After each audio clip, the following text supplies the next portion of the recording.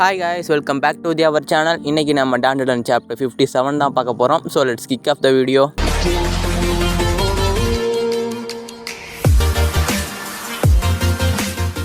உனக்குள்ளே என் பவர்ஸ்லாம் இருக்குது, ஆனால் நீ இவ்வளோ வீக்காக இருக்கிறது எனக்கு சுத்தமாக பிடிக்கவே இல்லை. நான் கொடுக்க போகிற ட்ரைனிங்கில் நீ எப்படி ரஃப் அண்ட் டஃப்பாக மாறுறன்னு மட்டும் பாரு.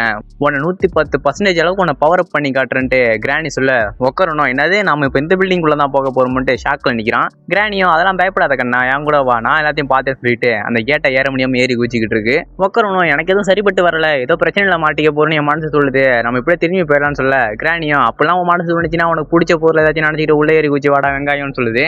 ஸோ உட்காரணும் ஏறி குதிக்கும் போது ஐரா அங்க வந்து நீ என்ன பண்ணிட்டு இருக்க டககுரான்னு கேட்க, நீங்க இங்க என்ன பண்ணிக்கிட்டு இருக்கீங்க, அப்படின்னா நீங்க எங்களை ஃபாலோ பண்ணிட்டு வந்தீங்களான்ட்டு ஒக்கரன் பதிலுக்கு கேட்கறான். கிராணியும் நீ எல்லாம் இங்க வரக்கூடாதுமா, அப்படியே திரும்பி பார்க்காம ஓடி போயிடுன்னு சொல்லி அவளை வான் பண்ண ஒக்கரன் வந்து நாங்க இங்கதான் போயிருக்கோன்னு யாருக்கிட்டையும் சொல்லிடாதீங்க, நாங்க திரும்பி வந்துருவோம், அது வரைக்கும் நீங்க கொஞ்சம் சமாளிங்கன்னு சொல்ல ஐராவும் நீ எங்க போறேன்னு என்கிட்ட சொல்லவே இல்லடான்னு சொல்லிட்டு ஒக்கரன் பின்னாடியே வேகமா ஓடியாருது. ஸோ அதை பார்த்த ஒக்கரன் வந்து நீங்க ஏன் பின்னாடி வரீங்க, இங்கெல்லாம் நீங்க வரக்கூடாது, இங்கேருந்து ஓடி போங்கன்னு சொல்ல ஐராவும் நான் அதெல்லாம் உன்னை விட்டுட்டு எங்கேயும் போக மாட்டேன், உன் கூட தான் வருவேன்னு சொல்லி பின்னாடியே வேகமா ஓடி வர கிராணியும் இவன் மண்டையில மூளை இல்ல போல இருக்கு, சொல்றது கேட்கவே மாட்டேங்கிறான்னு சொல்ல ஐரா டிரான்ஸ்ஃபர்மேஷன் ஆகியே நீ யாரை பார்த்து மண்டையில மூளை இல்லாதவன்னு சொல்ற, நீ வந்து என்ன ரொம்ப அண்டர் எஸ்டிமேட் பண்ணிக்கிட்டே இருக்க, என்னுடைய பவர்ஸுக்கு மதிப்பு கூட இல்லைன்னா அடுத்த வாட்டி அவன் மூஞ்ச பேத்துன்னு சொல்ல கிராணி என்னது பேத்துருவேன் முடிஞ்ச பேத்து காட்டன்னு சொல்லி பதிலுக்கு சண்டை வளர்க்க ரெண்டு பேருக்கும் அந்த இடத்துல தகராறு ஆகுது. ஸோ ஒக்கரன் வந்து அந்த பிரச்சனை எல்லாம் முடிச்சு விட ஐரா வந்து நீ எதுக்கு என்கிட்ட எதுவுமே சொல்லல, நீ வந்து என்கிட்ட சொல்லியிருக்கலாம்ல, நானும் ஸ்ட்ராங் ஆகணும் ஆசைப்படுறேன்னு சொல்ல ஒக்கரணும் ஓ அப்படியான்னு கேட்கறான். ஐராவும் இதுக்கு முன்னாடி அப்படி கெட்ட வார்த்தை பேசுனதுலாம் நான் கிடையாது ஒக்கரன், அது அந்த ஆக்ரோபேட்டிக் சில்கி தான், நான் ரொம்ப நல்ல பொண்ணு என்ன நம்புன்னு சொல்ல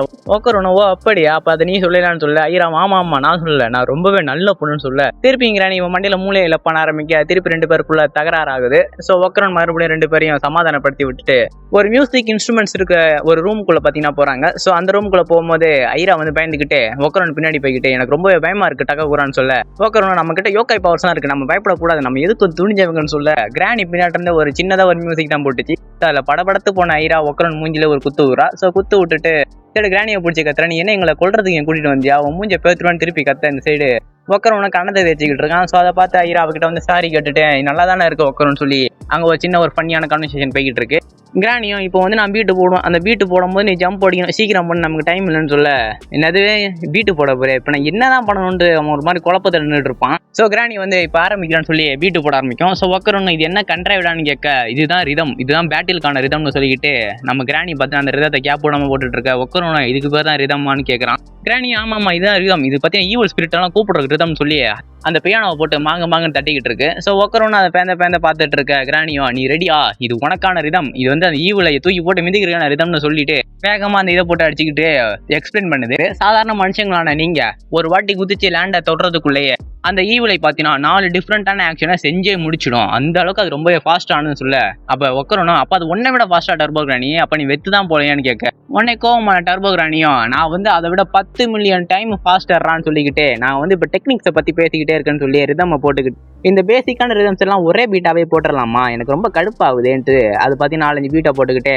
ஆமாம் உன்னால் எத்தனை வாட்டியை டிரான்ஸ்ஃபர்மேஷன் ஆக முடியும், அதுவும் ஒரு பேட்டில் டைமில், எனக்கு தெரிஞ்ச அந்த ஆக்ரோபேட்டிக் சில்கியாலையும் ஈவுலையாலையும் 4 வாட்டி டிரான்ஸ்ஃபர்மேஷன் ஆக முடியும், அதுவே அந்த ஈவுலை அவனோட கர்ஸ் ஹவுஸில் அவனாட்ட அதை 10 வாட்டி கூட பண்ண முடியும், ஆனால் உன்னால் 2 வாட்டி தானே பண்ண முடியும்னு கேட்க ஒக்கரணும் பேந்த முடிச்சுக்கிட்டு இருக்கான். ஸோ திடீர்னு பார்த்தீங்கன்னா அந்த இடத்துல எங்கே வந்து ஒரு விதமான சவுண்டெல்லாம் கேட்க ஆரம்பிக்குது. ஸோ அதை கேட்டு ஐரா வந்து இது என்ன கேவலமான சவுண்டு யாரா எழுப்புறதுன்னு கேட்க ஒக்கரணும் அந்த சவுண்டு எங்கேருந்து வருதுன்னு அவன் பதில கேட்குறான். கிராணி அந்த சவுண்டு எங்கேருந்து வருது உன் காதில் கேட்கலையான்னு கேட்க இது ரொம்பவே லவுடாக இருக்குது என்னால் ஹியர் பண்ண முடியலன்ட்டு ஒக்கரன்னு சொல்கிறான். ஸோ எதுக்கு அந்த பியானோ வந்து அந்த சவுண்டு பார்த்தீங்கன்னா கண்ணாபிரான வந்துகிட்டு இருக்கு. இவங்க எல்லாருமே அந்த பியானோவை பார்த்துக்கிட்டு யாரை இவ்வளோ கேவலமான ரிதம் போட்டுட்டு இருக்கிறதுன்ட்டு யோசிச்சுக்கிட்டு இருக்கு. ஒரு 6 மியூசிக் மான்ஸ்டர்ஸ் பார்த்தீங்கன்னா அவங்க முன்னாடி வந்து நிற்குது. அதில் ஒரு மான்ஸ்டர் வந்து யாரை கேட்டு என் பியானோவை தொட்டிங்க, என் பியானோவில் யார் இவன் கேவலமான பீட்டெல்லாம் போடுறேன்னு சொல்ல ஐராவும் நாங்களாம் போடல, நம்ம எங்கே ஜெட்டு பிடிச்சி போயிடலாமா ஒக்கரன்னு சொல்ல ஒக்கரணும் ஆமாம் அது ஒரு நல்ல ஐடியான்னு சொல்லுது.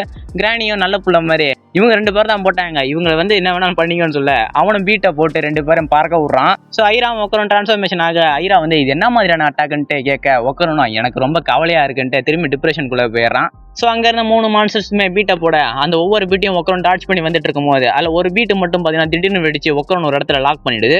ஸோ அதை பார்த்தா ஐராவும் உனக்கு எதுவுமே ஆகல டககுரான்னு கேட்க, கிரானியும் நீ வந்து எதுக்கும் லாக் இல்லாதவன் போல, நீ எம்மா வேகமானவன், உன்னால இதை கூட டாச் பண்ண முடியலன்னு கேட்க, ஒக்கரனும் இது எல்லாமே மியூசிக் நோட்ஸ் மட்டும் கிடையாது, இது எல்லாமே பாம்ஸ்ன்னு சொல்ல, கிரானியும் அப்பனா இங்க நிறைய சிம்பிள்ஸ் இருக்கு, ஸோ அது எதுலயும் நம்ம டச் பண்ணாம அதை டாச் பண்ணி போய்கிட்டு இருக்கும்னு சொல்ல, ஐராவும் என்னது இப்ப நம்ம டாச் பண்ணணும் தானே நீ சொன்னு சொல்லிட்டு ஐரா ஷாக்கில் நின்றுட்டு இருக்க.